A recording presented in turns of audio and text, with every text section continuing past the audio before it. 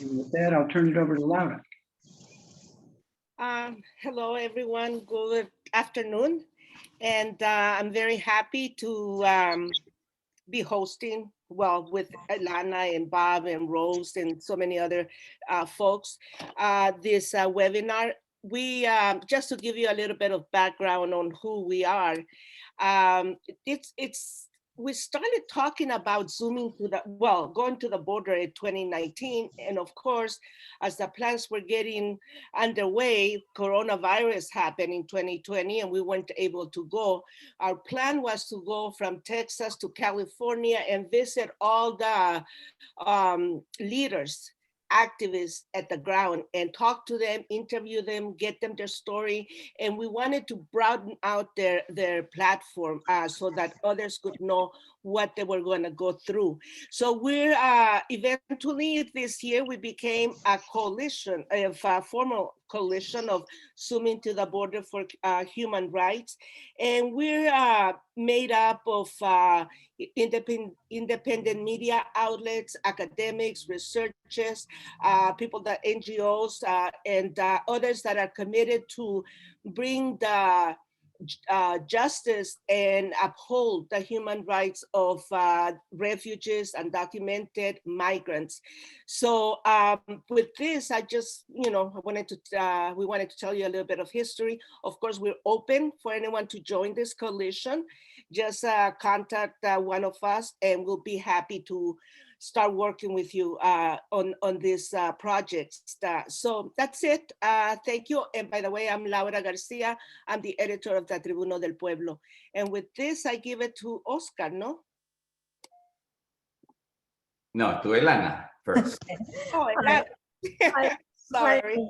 Hi, everybody. My name is Ilana Zilberg, and I am with the communication department at the University of San Diego, University of California, San Diego, excuse me. And I am co-organizer with this panel with Pedro Rios, Carolyn Rose Avila, Magdaleno Avila, and Nancy Medrano.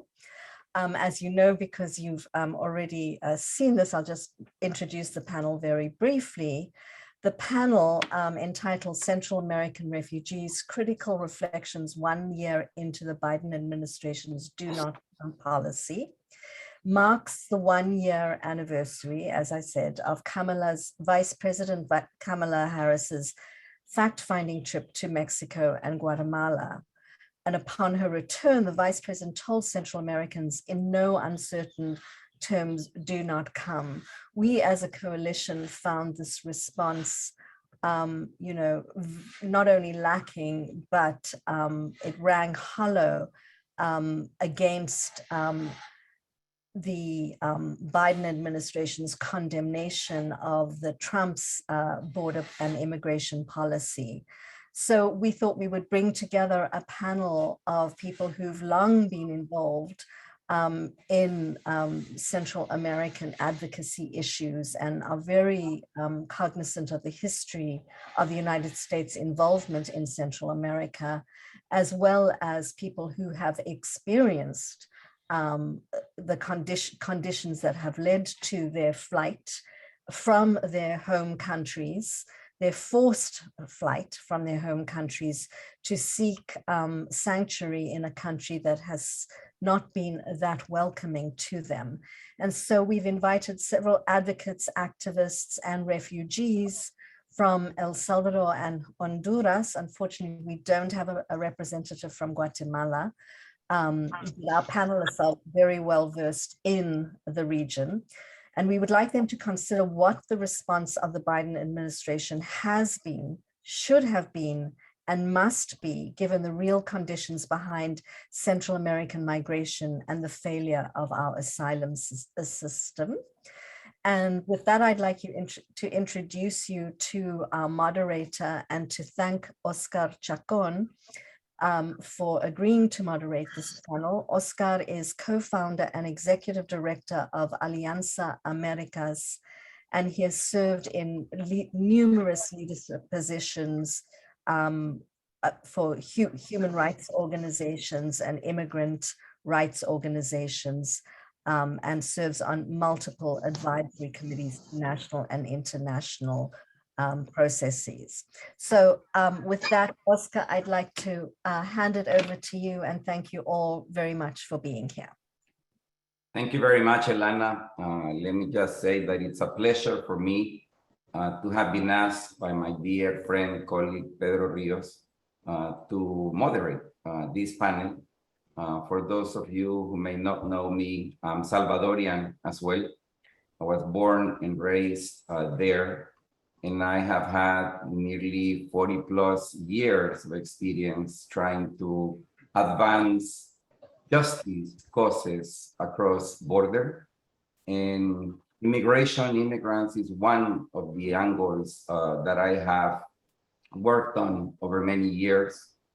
And before I begin my formal introduction of the panelists and tell you the order we are going to follow and some other rules, let me just say that I actually began working on immigration issues supporting asylum seekers back in the 1980s.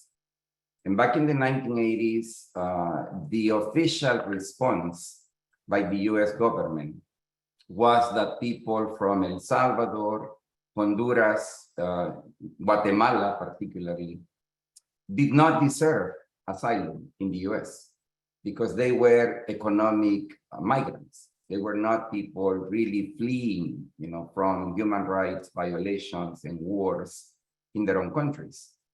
And ironically, I hear pretty much the same now, 40 plus years later, people in government, and these are not Republicans, these are Democrats, who are basically saying the same. That people coming from countries like Mexico, Guatemala, Honduras, El Salvador do not really qualify for asylum. And therefore, at best, they should be allowed to apply, they should be promptly denied, and they should be promptly sent back. That is essentially the approach. And to me, in many ways, it's almost like coming back full circle to what I saw in the very early 1980s, by a Republican administration. And let me also say, you may have seen the news this morning, Kamala Harris is trying to make waves announcing that they have been successfully in getting commitments from multinational corporations to invest $2 billion in Central America. I don't know if this announcement is on top of something she announced a few months ago, or is simply building up on the previous announcement. But suffice to say that the problems in countries where people come to a point of desperation, where they have to flee, to go someplace else to try to secure a life that is safe, that is secure for them and their kids, is not just about money. Investment in itself, is not necessarily bad, but it's absolutely insufficient unless we actually change a wide range of public policies that are precisely what impoverish people, what actually generates violence in many of our countries. And therefore, since we are having this event precisely on the anniversary of those sad words of "do not come," I think it's important to bring up again an announcement today, by Vice-President Kamala Harris, which, as I said, in the best of cases, may be a small contribution towards the many things that need to happen in order to really change the landscape in Central American countries, in Mexico, to a point where people truly don't have any reason to try to go someplace else to search for a better life. Let me say that we have three panelists. The first one is, I'm only going to identify him by first name, Kevin. He's somebody who will tell us about his stories migrating in the context of a caravan from Central America, from Honduras. We are also going to be joined by Alex Sanchez, who, frankly, I could do a very long introduction for him. Alex is a leader that has absolutely made a difference in terms of how we understand the issue of gang violence, youth development, not only in Los Angeles, but also in Central American countries, El Salvador particularly. and we are going to be fortunate to have Alex as well. And finally, we are also going to have Yesenia Portillo, who is also a leader in one of the historical solidarity organizations nowadays, the Committee in Solidarity with the People of El Salvador. And Yesenia has become obviously very invested in tackling the issues that we are going to be addressing today. We have agreed that every panelist will take no more than 10 minutes to be able to leave some time for questions. And hopefully the discussion will be a fruitful one and one that will allow us not only to understand better the challenges at hand, but also hopefully identify some potential avenues for us to build from hope and be able to become more successful at righting the many wrongs that are behind the way the U.S. has related, not only to Central American countries and Latin America in general, but also the very mistaken ways in which it treats the foreign-born population, particularly from Latin America, who are in the U.S. and who are absolutely a net gain, especially for the United States of America. So with that, let me begin with Kevin. I believe Caroline Ross Avila is going to help us in the process of introducing Kevin. So go ahead, Caroline. Hello there. I'm hoping, Kevin, you'll put on your microphone. Kevin is someone that, with the work I started doing on the border in Tijuana and assisting a group called Alianza.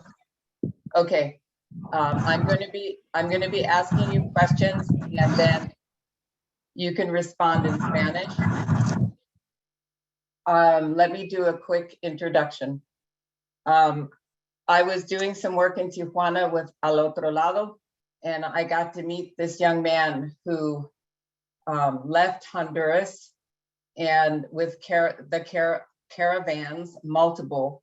And without more ado, I would just say that he not only was interested in his own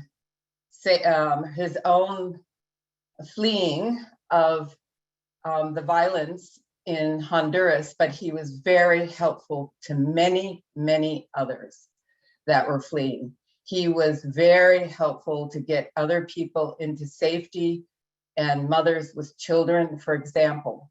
And for that reason, he has been somebody that has stayed with us and connected. We were connected, and I have always admired him and his understanding of what other people were going through as well. Kevin, I'm going to begin by asking you a few questions. Can you hear me, Kevin? I don't see him right now. Kevin? Do we see him connected? No, I'm not seeing him connected. No, I think he dropped. Well, I'm gonna leave it at that until we see him come back. I'm sure he will try to connect again, and I feel that we should move on because I'm sure he's looking at how he can get back on again. Thank you, Carolyn. I think what I would recommend is hopefully he will reconnect, and once he's back, we can come back to him. Okay. But in order to keep going, I'm going to ask then Alex to please take it away. Thank you, Alex.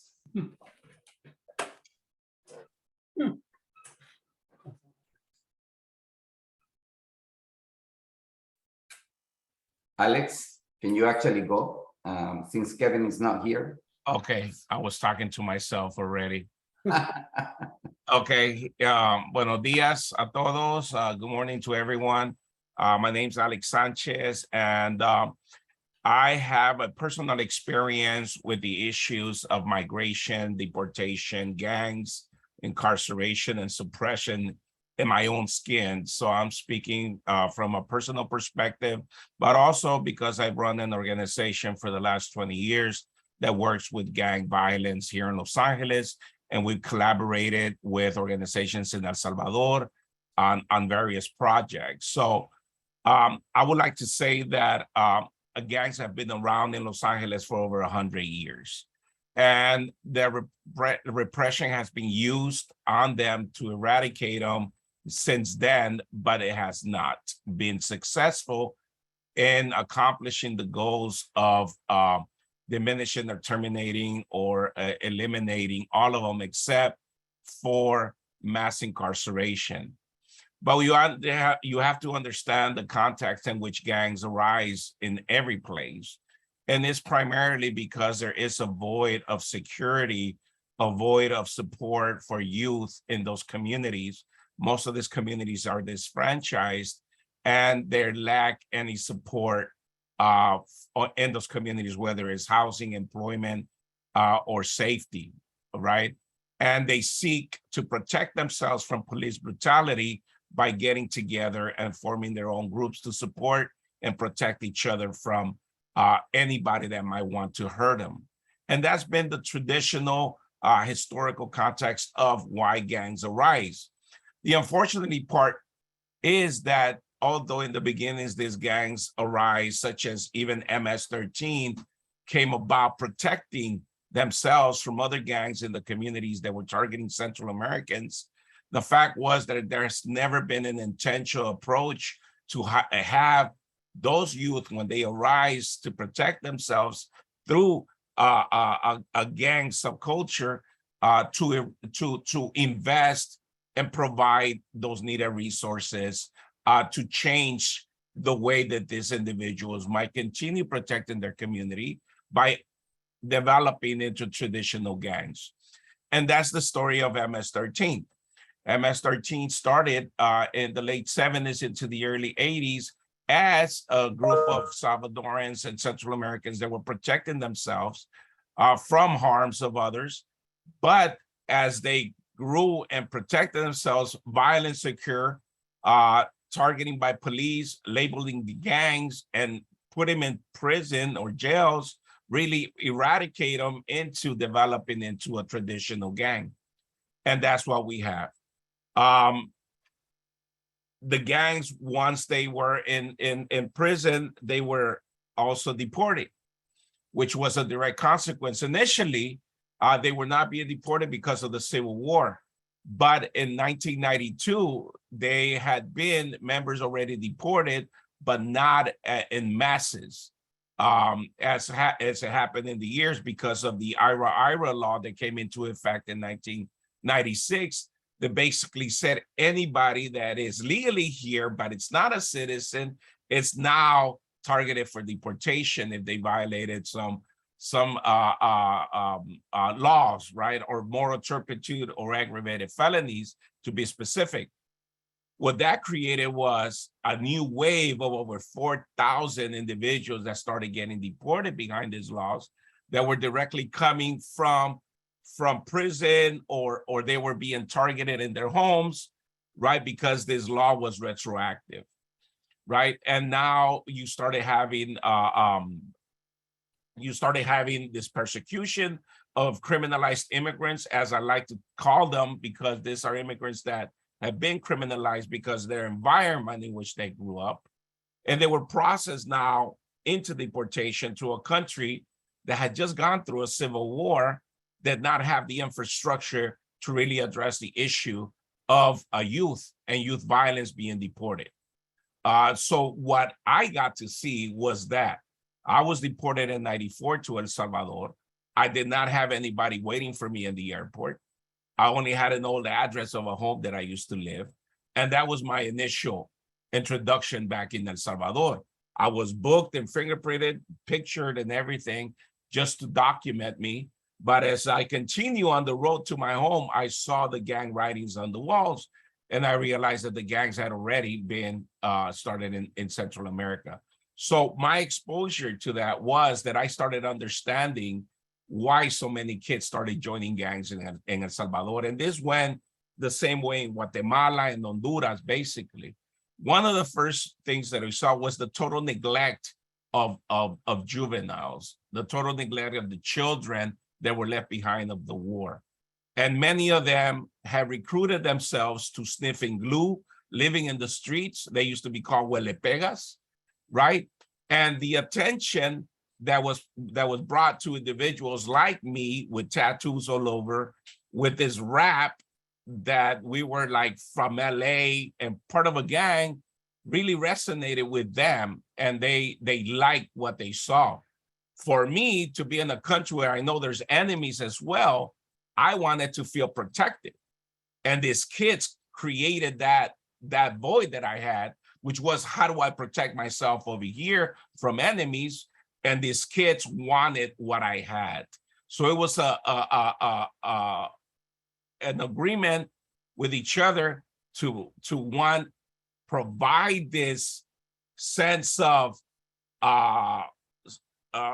respect that they were going to get, something in which they could go up a ladder and develop, relationships within a community where they feel taken care of, protected.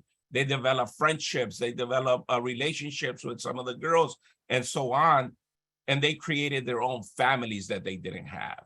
Distorted, but it was something that they were willing to give their life for, because before they were being treated as trash now, and they were asking for money, and they were spit on, left to die, and now they were feared because they only had to put a tattoo on their face and they got whatever they wanted. And that's the type of empowerment that happened with the youth. Was it negative? Of course it was negative. But from being treated like trash to not being feared for a young kid that age, it was powerful. And they were willing to die for it. And this is what happened, right? So this event throughout El Salvador did not get too much attention by the government, except in the end of 1994, when they wanted to be part of CAFTA, the Central American Free Trade Agreement, but also El Salvador was becoming to be too dangerous, and they brought out a death squad, La Sombra Negra, to eradicate the gang problem, which did not. For the first time, gangs did not saw their enemies that dress alike, that look alike, that talk alike. That was their enemies. Now their enemies were community. Now their enemy did not dress like you. The enemy could be anybody in the community. And that was the first time that the enemy became the community to the gang. And because of the approaches of the governments that they took, they neglected it for some time. In 2003, they felt that they needed to bring in the United States and Rudy Giuliani and other organizations, especially law enforcement from the United States, to bring in those tactics to address, and that's how you had the mano dura, right? They basically replicated many of the laws that they have been implemented in the United States into one lump sum law that was going to eradicate the gang problem. And what it did, it was that, as we all know, it worsened the problem. Now, what we have now is we have a president that took advantage while he was a mayor as well, of these truces that were created and collaborated with gangs. And now he didn't want to anymore. And now you have this problem in which, how are you going to eradicate a gang now that all political parties use them to do their bids and empower them in some ways where they have a political voice through violence, right? And this is at fault by the governments over there in El Salvador, but as well as the gang themselves that led on to collaborating with government. So now you have a situation where the president has gone to the extreme with this decrees that he's mentioned. There's decrees that now, you're getting 20 years just because you're a gang member. You have people over here frightened. I'm getting calls every day about folks that are trying to fight political asylum because they're going to be incarcerated, persecuted, or killed as soon as they get there because they're getting arrested from the airport if they're labeled gang members. So we have the continued cycle of displacement that I call, right? Because those immigrant youth that came as children in the 80s have gone through a process of incarceration, and now they're being sent back, and they're trying to flee now into places that nobody wants them. So they're in a tough situation where there's many of them my age that do not want to be part of the gang structures anymore. They want to see a way out. And that's what we do here in Los Angeles. We provide alternatives for them. But those alternatives have not been created in El Salvador, where there's been a way out of really addressing the issue through proper reentry services or intervention or prevention services, which is also something that Los Angeles has really developed here to try to address the problem. But at the same time, we're addressing a problem. We're not solving a problem. We're stabilizing a problem because the root causes are never dealt with, right? And the root causes is poverty, housing, lack of employment, and neglected communities. And that's what El Salvador is.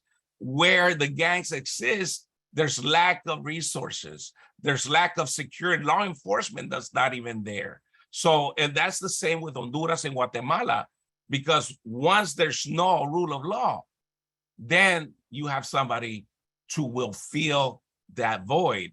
And that's what's happening in Central America. So I'll leave it at that, you know, and for now, because I think I might have gone over my 10 minutes. Just a little bit. Just a little bit, Alex. But I mean, we could spend a whole day trying to understand what you are trying to summarize. So I appreciate the fact that you provided such a good context. And I could not agree more with everything you said. Let me move immediately. I believe Kevin is back, Caroline, if I'm not mistaken. Yes. So we go back to Yeah. Kevin, and then we end, with Yesenia. So go ahead, Kevin. Okay. Kevin is on. Kevin is back. And you heard my little introduction. He was not only seeking his own asylum, he was helping others to seek asylum. Kevin, I would like to ask you about your experience. What was that experience like leaving Honduras? And what drove you to leave Honduras?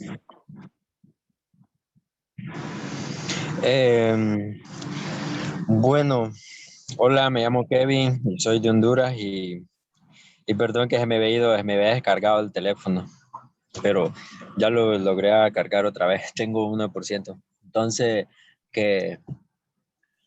pues me vine de Honduras porque en mi país hay mucha violencia con las pandillas, mucha pobreza porque el gobierno nunca les da la oportunidad a la gente jóvenes allá en Honduras, nunca les da la oportunidad, nunca les da oportunidades para trabajo, para estudios y todo eso, sino que el estudio uno mismo tiene que dárselo. Y mi mamá era una madre soltera y nosotros éramos los únicos de ella, y ella luchó para darnos en que sea aprender a leer y escribir, decía ella.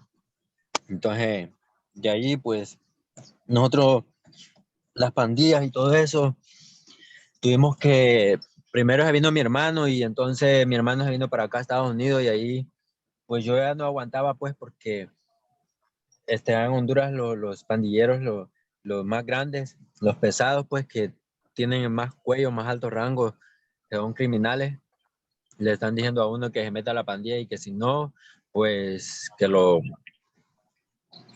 extorsionan, pues lo humillan y todo eso, y le meten miedo a uno para que uno se meta a ellos y pertenezca a ellos. Entonces esa fue la razón de que nosotros, bueno, yo me vine para acá a Estados Unidos. Sí, y pues sí, fue una experiencia, al mismo tiempo una aventura, pero al mismo tiempo un sufrimiento también, pues, que no se puede olvidar, pues, porque en el camino mucho se sufre, en el trayecto de México y todo eso. No digamos, desde saliendo de Honduras, imagínense, solo cruzando la frontera de Honduras a Guatemala, es una corrupción todo, porque lo tratan de humillar. Aparte de que lo humillan la gente malandra ahí en Guatemala, en México, aparte de eso, la ley, los policías y todo eso, lo paran a uno, y lo primero que le dicen, si de dónde es, Si trae uno papeles, pues si uno no trae papeles para cruzar ahí el país, pues le quitan el dinero, lo humillan y todo eso. Y lo bajan y le dicen que si no, uno no les paga a ellos, les da el dinero a ellos, lo van a entregar con los malandros, con los secuestradores. Y entonces uno lo que tiene que hacer, pues darles el dinero a ellos, pues porque no hay de otra, pues. Y ahí aparte de eso, pues llegué a México y todo eso, pues me quedé en México, traté de pedir asilo ahí para, en que sea, tratar para pedir, para pasar todo México y todo eso. Pues tardé 6 meses, sí me lo dieron el asilo, pero luego cuando yo venía para arriba, y como la gente ahí en México se da cuenta que uno es de Honduras, centroamericano, ellos piensan que porque uno viene huyendo, buscando una mejor oportunidad para Estados Unidos, ellos piensan que uno trae dinero y que uno es millonario y que por eso uno se viene para Estados Unidos. Pero no, la cosa es al revés, que uno se viene porque uno no tiene dinero, pues uno se viene pidiendo ahí en México para la comida y todo eso. Y la gente allí trata de secuestrarlo y todo eso. Una vez me iban a secuestrar ahí en Coaxacualco, se llama Coaxacualco, México. Me iban a secuestrar, entonces ya iban encima sobre mí los malandros ellos, entonces yo me salí corriendo y me le pegué a una patrulla, entonces ahí fue que perdí todos los papeles ahí yo, porque yo me le pegué corriendo atrás de la patrulla para que ellos me salvaran, pues, y todo eso. Y gracias a Dios, pues, los policías eran buena onda, porque a veces los policías ahí andan trabajando con los malandros y todo eso, ahí lo entregan a uno cuando se dan cuenta que uno es de centroamericano. Y perdí los papeles y ahí, pues, seguí mi camino, llegué a Tijuana y todo eso, pues ya me encontré con la caravana y todo eso. Fue en 2018, en 2019 que salió la primera caravana, pues allí anduve yo y como allí, bueno, yo ahí me uní a ellos, yo los encontré a ellos en Mexicali y todo eso, pues de ahí me hice amigos y todo eso y ahí empecé a ver gente que iban de aquí a Estados Unidos y todo eso, a ayudar a la gente, pues dijeron ahí en una casa que ayudan a la gente allí en Tijuana, pues de ahí ellos dijeron, para no ser larga la historia, ellos dijeron que necesitaban una persona que viviera con la caravana, con ellos, durmiera en la caravana, en la calle y todo eso, para saber más de la historia y que supiera un poquito de inglés, pero yo sabía un poquito de inglés, pues ya les dije ya, pues ahí fue que conocí a Carolina y todo eso, ayudando a la gente ahí, y yo era el que hablaba por ellos, pues, y me siento bien porque al mismo tiempo me ayudaron a mí y yo pude ayudar a demás personas, pues que ahora ellos están aquí en Estados Unidos y ellos son buenos amigos míos y todo eso. Y me dicen, nah, tú eras una buena persona, me dice todo eso, porque nos echaba las manos y todo eso, porque yo hablaba por ellos, pues, siempre. Y pues sí, al mismo tiempo, un sufrimiento, es una travesía que pues a nadie se la deseo, pues, porque yo no quise sufrir todo lo que sufrí ahí en el camino, sino que quise llegar de otra forma, pero así fue mi llegada a Estados Unidos y pues sí, no sé qué más quieran. And Kevin, Ajá, can you hear me? sí, Did you return to take the second caravan with folks? That's what I understood. sí, estuve allí y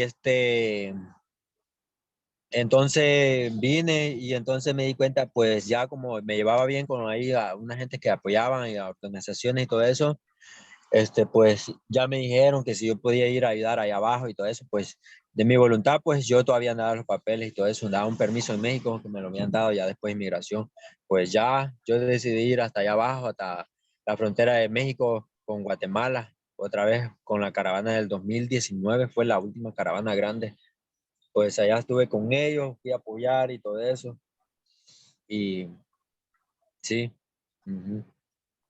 Y miré ya después que el presidente de México prometió muchas cosas y todo eso, que les iba a dar papeles para que cruzaran sanamente, limpiamente, pues no lo hizo así, sino que los encerraban, llegaba la policía y todo eso, inmigración, hasta el ejército, y salía corriendo todo el mundo y todo eso. Más me daba pesar de los niños y todo eso, que no, ellos no saben nada, pues, y venían sufriendo en el camino. Tanta violencia, tanta mentira que prometían, pues. Ujú.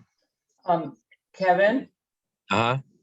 are you willing to talk about your entry to the US? Oh, Yes. sí, un poco. Ujú. Pues sí, y entonces yo decidí cruzarme por Sonora. Por Sonora me decidí cruzar ya después de todo eso, que terminó y todo eso, porque no hallaba de otra forma, pues, porque ya las fronteras habían cerrado para pedir asilo, para ya solo le estaban recibiendo a la gente que eran menores de 6 años, decían, niños. Entonces ya habían cancelado eso. Y entonces yo decidí cruzarme por la frontera de Sonora y todo eso, pues, crucé el desierto y todo eso. Fue oh my God, que no lo quisiera ni de recordar, pues, porque fueron como 8 días caminando hacia el desierto, día y noche, solo descansamos 2 horas en la noche, una tortilla en la mañana y una tortilla en la noche. Esa era la comida de nosotros. Y pues sí, me tocó ver cosas que encontramos en el camino, que una persona se había muerto, se había deshidratado, y los que venían ahí, los compañeros, la habían dejado botada y ya estaban descompuesta la persona, la vimos de lejos. Y encontré también el cráneo de una persona en el desierto. Y a mí me dolió mucho, pues, porque yo dije, hasta ahí llegaron los sueños de esa persona que tanto ilusionaba llegar a Estados Unidos, que a saber esa persona, los familiares la andan buscando, ya no saben nada, no volvió a salir del desierto, nadie sabe nada de esa persona porque solo estaba el cráneo de la persona, de la cabeza. Y fue duro, pues, me entristecí mucho, pues, porque yo le echaba ganas porque la neta ya no aguantaba ya caminar y caminar y caminar. Fue duro. Y los otros compañeros también venían, destrozados, que unos no aguantaban, venían llorando, ya no aguantaban, pero le echábamos ganas, pues, con la ayuda de Dios, pues. Ujú. Kevin, I really appreciate you being able to be open with this group. It's a group of folks that Ujú. can empathize and feel the pain that you felt and what you've gone through. And I feel honored to continue, that Leno and I continue to be your friends. How do you feel now and what's happening? Just about a minute about how do you feel what your life is like now? Pues, no sé, cuando yo digo a contar esto y a recordar todo esto, me da tristeza y todo eso, así pues, porque nosotros hemos sufrido mucho, pues, bueno, yo en mi vida he sufrido mucho, pues, para llegar ahorita y todo eso. Y ya, gracias a Dios, estoy aquí, pues, ya le echo ganas para hacer las cosas correctas, pues, y no meterme en problemas con la policía y todo eso, andar haciendo cosas malas, pues, porque es una bendición de Dios yo estar aquí, pues, ya que el asilo no lo pueden ganar, pues, y todo eso. Pues, trato de salir adelante y hacer mis cosas y comprar cosas en Honduras, pues, porque soy de Honduras y tengo que regresar allá de una u otra forma, pues. No somos de aquí. Bueno, todo el mundo lo sabe, que no somos de aquí. Ujú. Y a veces me siento triste, pues. Any other final comments you have, Kevin, you want to share with the group? No, pues, gracias a ustedes, pues, que personas como ustedes, pues, le ayudan a uno, pues, y me han ayudado a mí también bastante, pues, porque sí me han ayudado, sí. lo reconozco, sí. Y así ustedes como me ayudan a mí, pues ya han ayudado a mucha gente, pues, y todo eso. Y gracias por todo. Yes. Well, I just want to say he's one of my sons. So I'm very, very honored to call Kevin one of our sons who lived with us in California for a while. Thank you for giving him this opportunity, guys. Gracias. Sí. Sí, gracias a Carolina Gracias. también, porque es una señora que me ha echado la mano. ¿Para qué? No, Es no, como no, una no, no, segunda no. madre. No. Sí. Yeah. Ajá. Yeah, thank you, Kevin. Okay. You, everybody. Bueno, muchas gracias, Kevin. Agradecemos tu testimonio. Sí. You know, as moving as Kevin's testimony is, you know, keep in mind that there are thousands and thousands of people who endure these type of stories because of the deeply inhumane policies that we have in place. Alex made mention of the Illegal Immigration Reform and Immigrant Responsibility Act passed in September of 1996 under the watch of President Clinton. And, you know, that law is in many ways the law of the land today. And it's getting a lot worse, you know, because of subsequent changes that have also been done to US immigration policy. But in the end, it's important because highlight the fact that policies are in place because people Ok, permítame. convince policymakers that immigration is bad and that today's immigrant, you know, people like Alex, like me, and many other immigrants of color, especially from Mexico, are a threat to the country. And they treat us, you know, as if we were indeed a threat. I mean, and that's important not to lose track of. And it's been so hard to really change these policies. On housekeeping matters, let me just say that Alex Sanchez announced to us that he is going to have to leave us in just a few minutes because he's bound to the airport to catch a flight. And so I just want to tell you, Alex, that if whenever you need to sign off, you know, that's okay. Once again, thank you for your contribution to this conversation. And let me move straight to Yesenia Portillo. And, you know, you've all been pretty good at keeping close to the 10 minutes. If we have time, you know, we will also entertain questions. But let's keep moving with Yesenia. Bienvenida, Yesenia. Welcome. Thank you, Oscar. I'm going to try to share my screen and let's see if it works.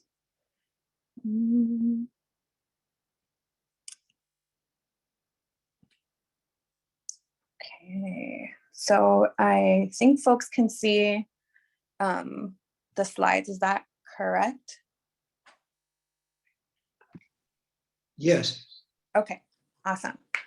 Well, thank you so much, everyone, for having me. My name is Yesenia Portillo, and I'm the program director at CISPES, the Committee in Solidarity with the People of El Salvador. I'm also Salvadoran, and my family fled the US-financed civil war in 1982, and I was born and raised in Southern California.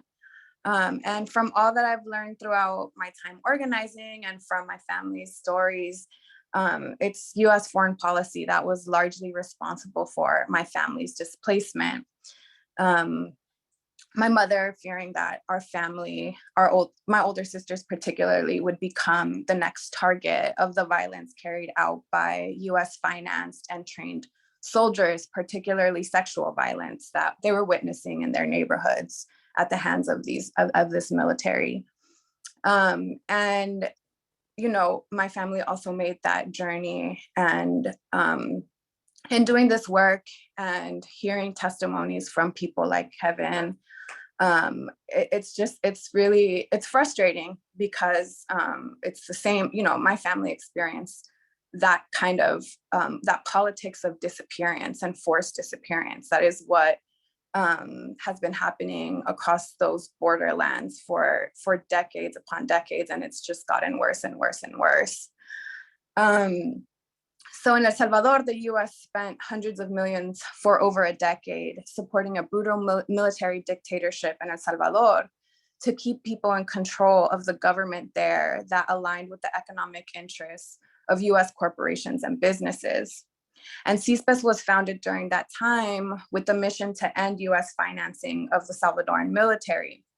And while the US is no longer financing the bombing of El Salvador, the reasons why Salvadorans continue to migrate to the US in large numbers are much too similar to the reasons why they were fleeing in the 1980s. So today, the Biden and Vice President, President Biden and Vice President Harris are promoting a plan for addressing migration from Guatemala, Honduras, and El Salvador. And it's presented as new and innovative, talking about addressing the root causes, which they identify as corruption, violence, trafficking, and poverty, but don't really look at the ways in which it is US foreign policy that has really fueled these things themselves. So again, it's presented as innovative, talks about equity and increasing representation of women, indigenous, and marginalized communities, but the plan actually centers, as always, around promoting US and transnational corporate investment and financing of projects through international financial institutions like the Inter-American Development Bank as the supposed solution to poverty.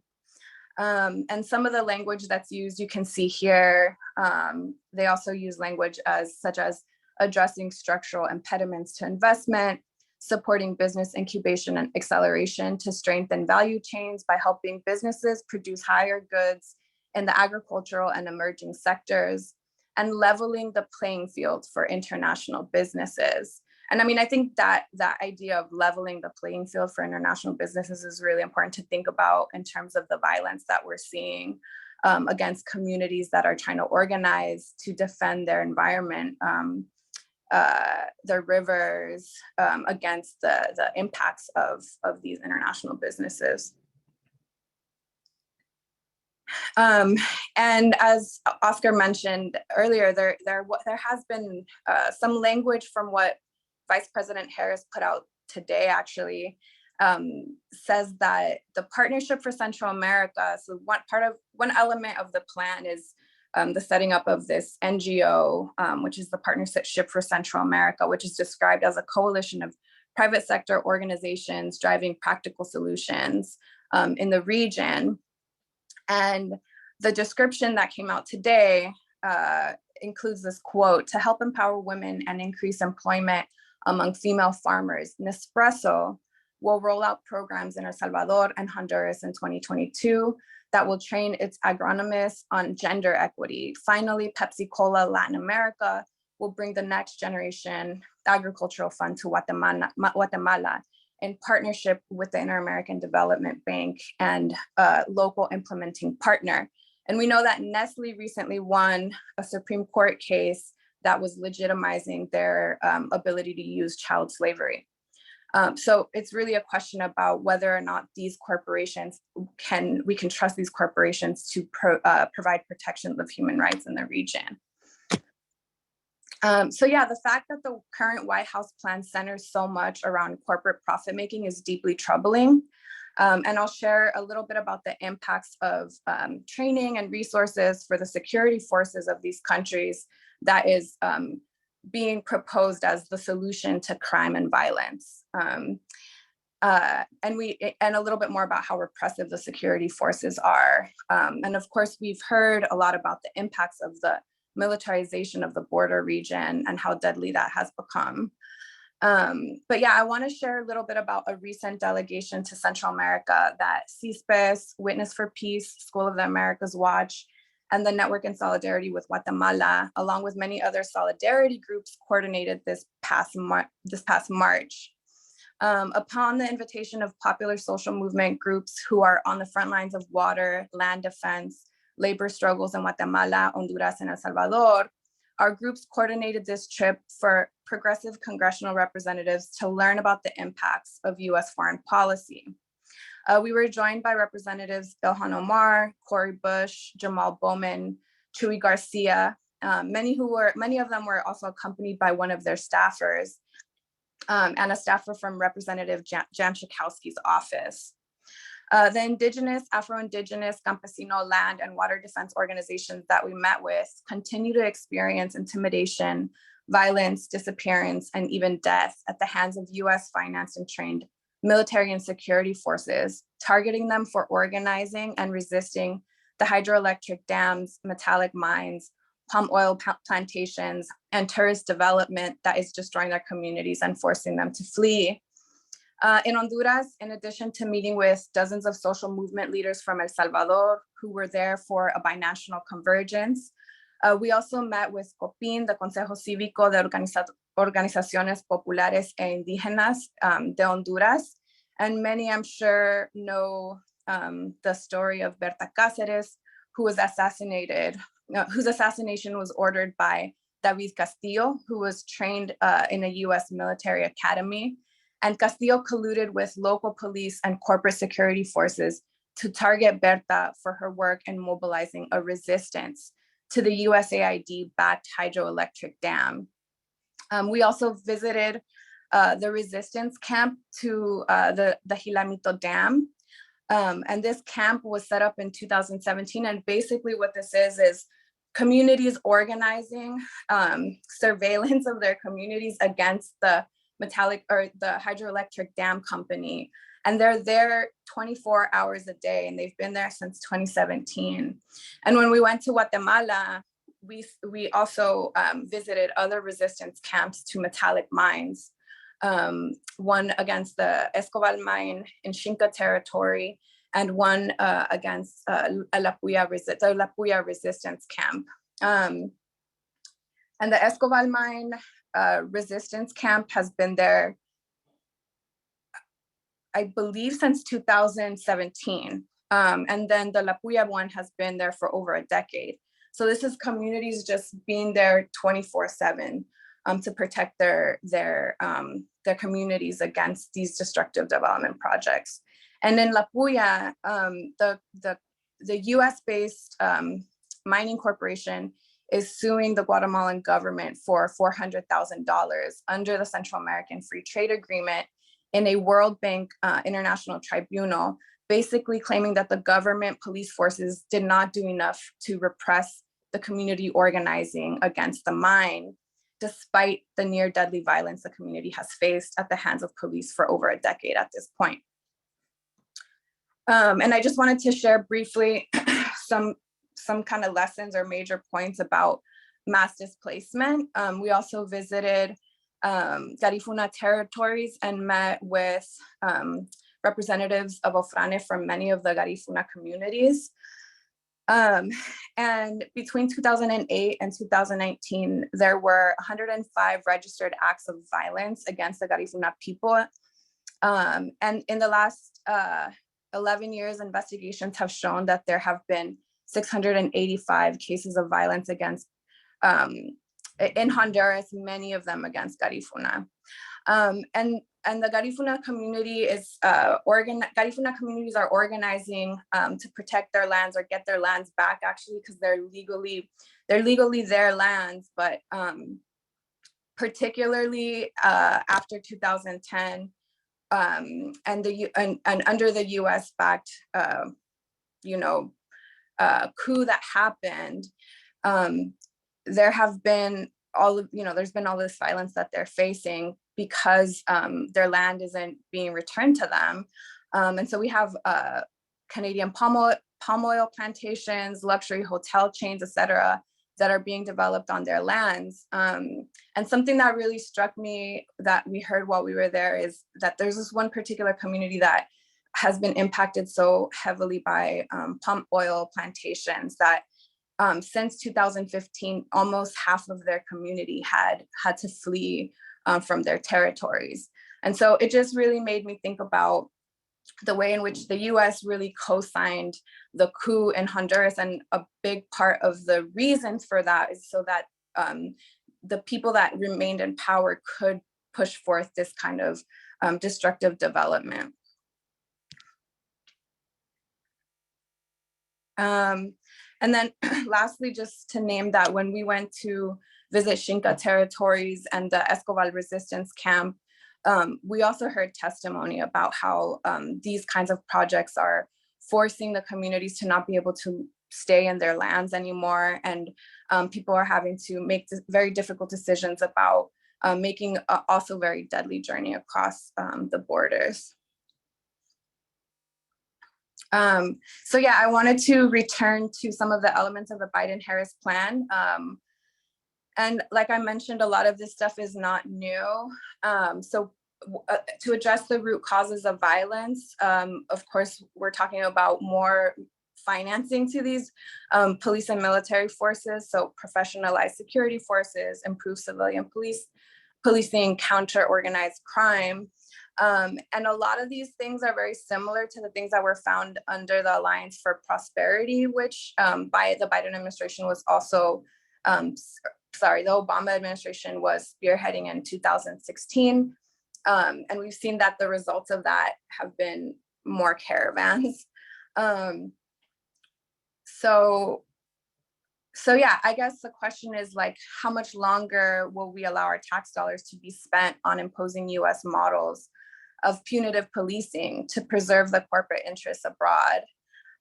If the central priority of US foreign policy continues promoting the profits of transnational corporations, can we expect a different outcome aside from police, military, and state security forces that intimidate, threaten, disappear the communities that are fighting to defend their rights as workers, protect their rivers and their land from corporate degradation? And this is my last slide. I also just wanted to share a little bit about, this is actually from last year's campaign that CSPIS and many other organizations were promoting congressional representatives to act within the appropriations process to scale back on some of the most negative and harmful kinds of financing that is being promoted. So withholding military and security aid to Guatemala, Honduras, and El Salvador. And these are what you see there are listed, some of the different programs that we send money, or that our tax dollars go to financing, police repression there. And then the other is withhold the following economic development aid for infrastructure or energy projects that contribute to environmental damage, violate labor laws, disregard community land rights, including ancestral indigenous land rights, and are opposed by local residents, and or increase private sector participation in the delivery of essential public services such as water, electricity, education, and healthcare. And then this is a campaign that CSPIS was working on. We're more focused on the military and security aid piece for this year. And then there's a lot of different efforts that we're working with some of the members of Congress that joined us on the delegation, and I can share more information about that maybe to the list of folks who registered. Thank you. Hopefully I didn't go over too much. That's okay. Just to share with the audience that when we were preparing, I was advising the speakers to think of tweets, and how many tweets they would want to send throughout the meeting, because it's very hard to keep to 10 minutes, when there is so much content to share.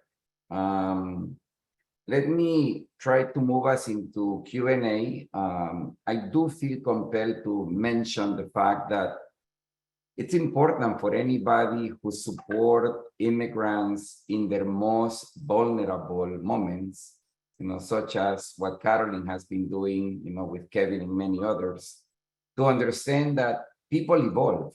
They don't stay in that moment of vulnerability forever. Many people actually give themselves to the task of founding organizations and actually building networks. I have the pleasure to serve as executive director of an actual network of Latin American immigrant-led organizations. Many of whom, including Black Central Americans, Garifunas, indigenous Central Americans, that endure, a lot of pain in their process to get into the US and settle in the US, but have gone on. And as I said, I mean, find organizations that are tackling not only services needs by these communities, but they are also actively engaged in advocacy across borders, trying to indeed tackle, the criminal U.S. foreign policy, as well as the criminal domestic policies that keep communities and people across the board oppressed and divided. And I think it's important to recognize that, because very often people get the idea that immigrants are always just in pain. And we are, but we also manage to build organizations that essentially allow us to build power through organizing. And that's important because it's a critical sign of hope that while, yes, there is a lot of pain to experience, when people are migrating. When I migrated, I mean, I endured my own pain as a as a teenager coming to the US by myself. But as I said, people have incredible resiliency and incredible creativity and love, for justice above all. So with that said, I didn't actually ask the organizers in the back end how they wanted to handle questions. I realized that we don't have a lot of time. This program is scheduled to end at 11:30 Pacific time. And I at least will have to leave at that hour due to another commitment that I have. But we have about 15 minutes or so that we can use. And if anybody has a burning question, and let me emphasize question, because sometimes people also want to do mini presentations. And we can organize, I'm sure, another panel, to hear more presentations. So if you have any questions from the panelists, please raise your hand or simply open up your mic and share, whatever question you may have.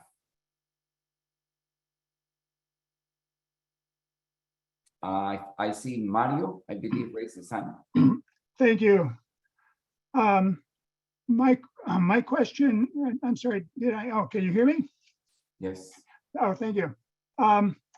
My question is, after all of the talk we have done so many times about foreign policy and appealing to members of Congress, etc., why do we keep supporting the Democratic Party, for example, or the Republican Party?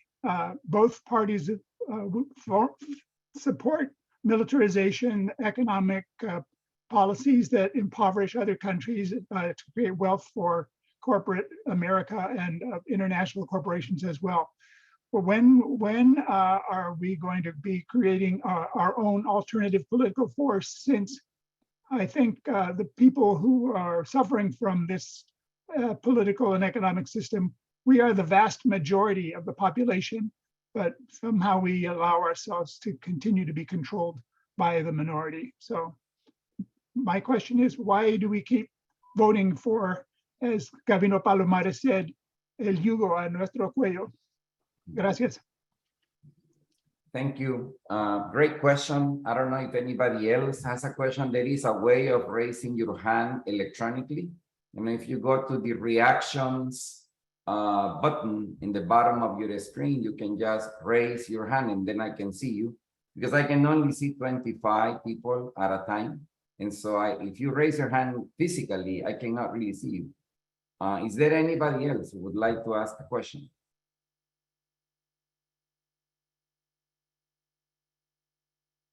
Well, if there are no other questions, I think Mario basically asked a very critical question.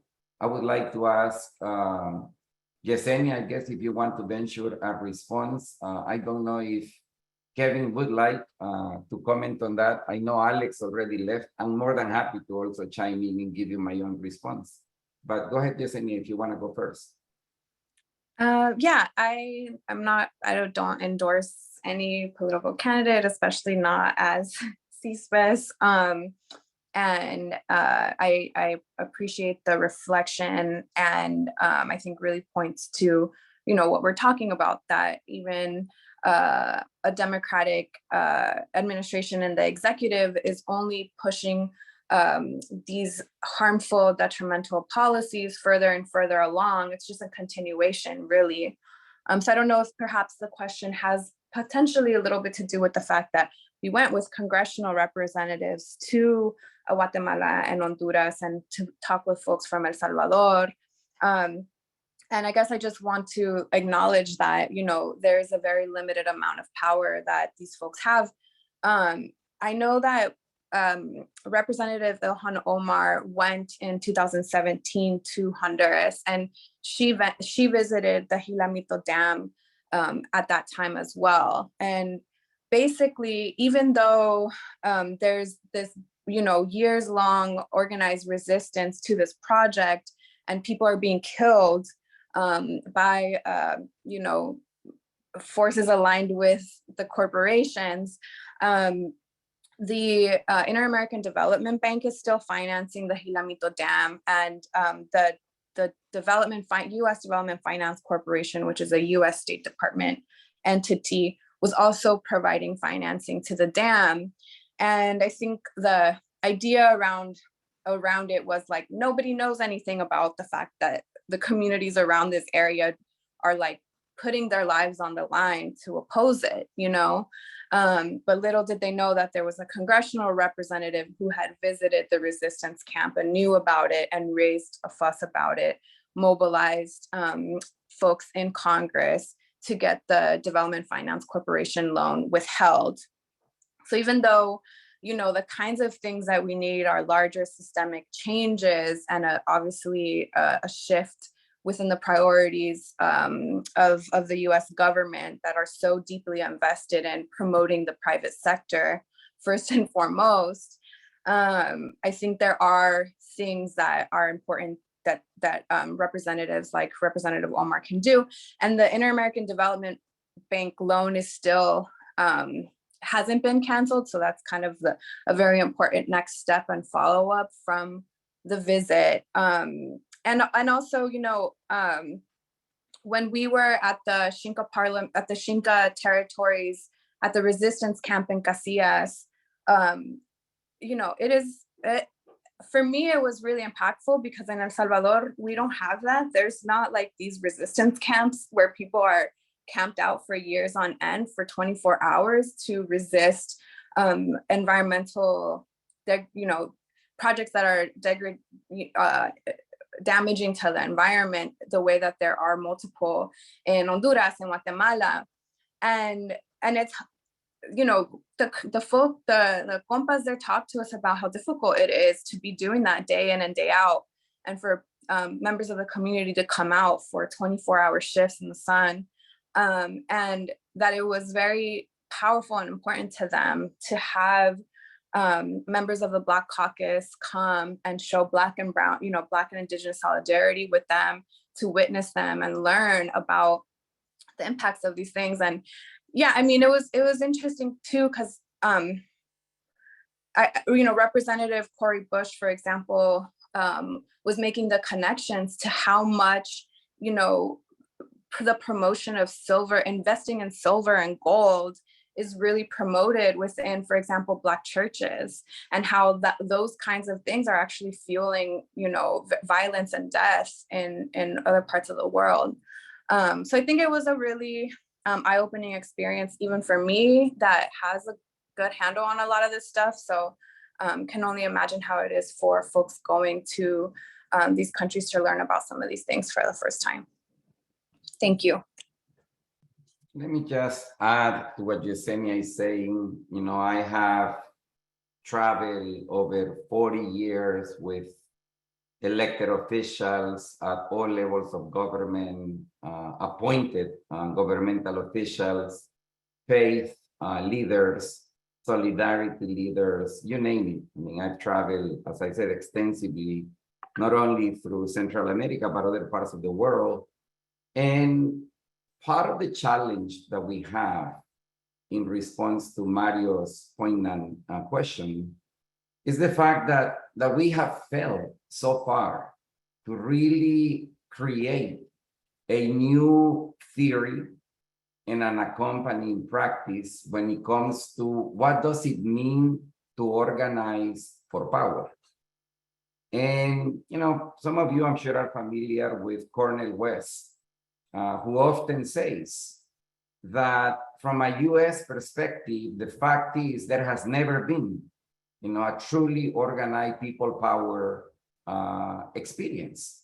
Even, you know, what many of us would like to think that we're truly organized people power organizing experiences probably are not. And I believe that right now we absolutely are in a crossroads, because in the absence of creative to the question of organizing, we sometimes want to revive old recipes from years past that are no longer applicable, because the world we live in today is so vastly different than the world of the 1960s, 70s, or 80s. And so we have before us a humongous challenge, but it's one of creativity and innovation in as far as how to learn to organize to defy power as it is. And one of the elements that we need to incorporate in such an organizing strategy and an organizing theory is the importance of involving the younger generations in our societies. This is not only true in the US, this is also true in many countries, you know, south of our border and around the world. And we need to once and for all understand that, yes, you know, technology has given us so many new tools, but believe me, a hashtag will not carry a revolution. And it's important to understand that, yes, technology and digital communications means are so important, but they are not decisive. In the end, we must learn again to build a powerful narrative about why change is absolutely necessary, revolution if you want, but in a way that is persuasive, in a way that it engages people. And instead of talking all jargon, you know, about left, right, center, we need to be talking in ways that people connect. And so that's part of the challenge that we have, not only in Honduras, El Salvador, Guatemala, Mexico, but also in the US. And I would invite anyone here interested in such a conversation to probably plan, you know, a conversation that explores new theories, new practices in terms of organizing, and really ask ourselves the question, where does class fit, you know, within a new organizing theory? Where does race fit? Where does gender fit? You know, et cetera, et cetera, et cetera, because all these are factors that we have not yet been able to truly weave in an organizing strategy powerful enough to actually challenge those who hold power nowadays. And the last thing I will say is mobilization is great. I love to join a march. I love to join a rally, but that doesn't change the state of power in the society we live in.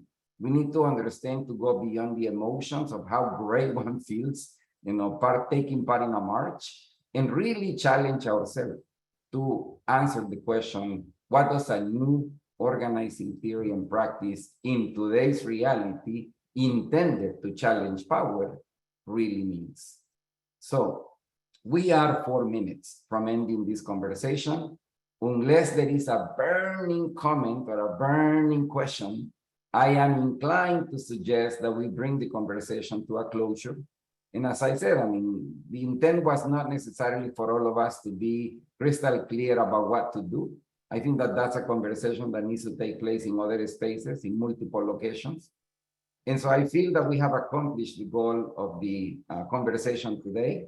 And I want to thank the organizers. I had nothing to do with organizing. I am just grateful that I was invited to be moderator to this conversation. But as I said, I mean, the organizers should probably take note that clearly there are more questions.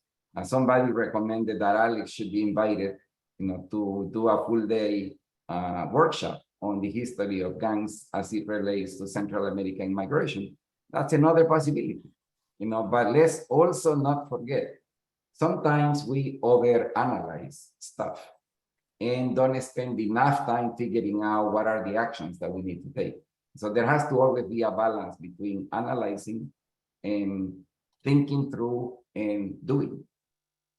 So anyways, any of the actual organizers may want to say anything, Laura, perhaps? No, the next person that's gonna close is Bob. He's the editor of the People's Tribune, and we thank you for your participation. So Bob, take it away. And Oscar, you did a great job. Okay, thank you. Yeah, I really appreciate Oscar's last comments.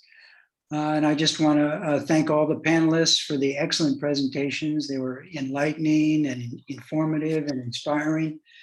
You know, I assume most of the people who come to these things are themselves politically active in one way or another. And so we certainly hope that you find these things useful to you and in your own political work.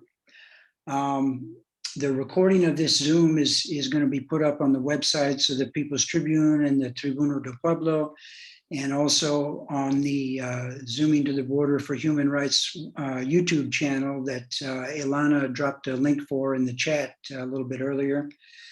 So if you save the chat, you'll have that. And otherwise, we'll be sending out an announcement to the email list, I'm sure, letting people know when the recordings are ready. We will be doing more of these panel discussions in the months ahead, and we'll keep you informed about those. And if you find these discussions useful, we hope that you'll come back and that you'll let your friends and your colleagues know about them. And we hope you'll join us for the next one. And thank you so much. Thank you, everyone. Have a good afternoon.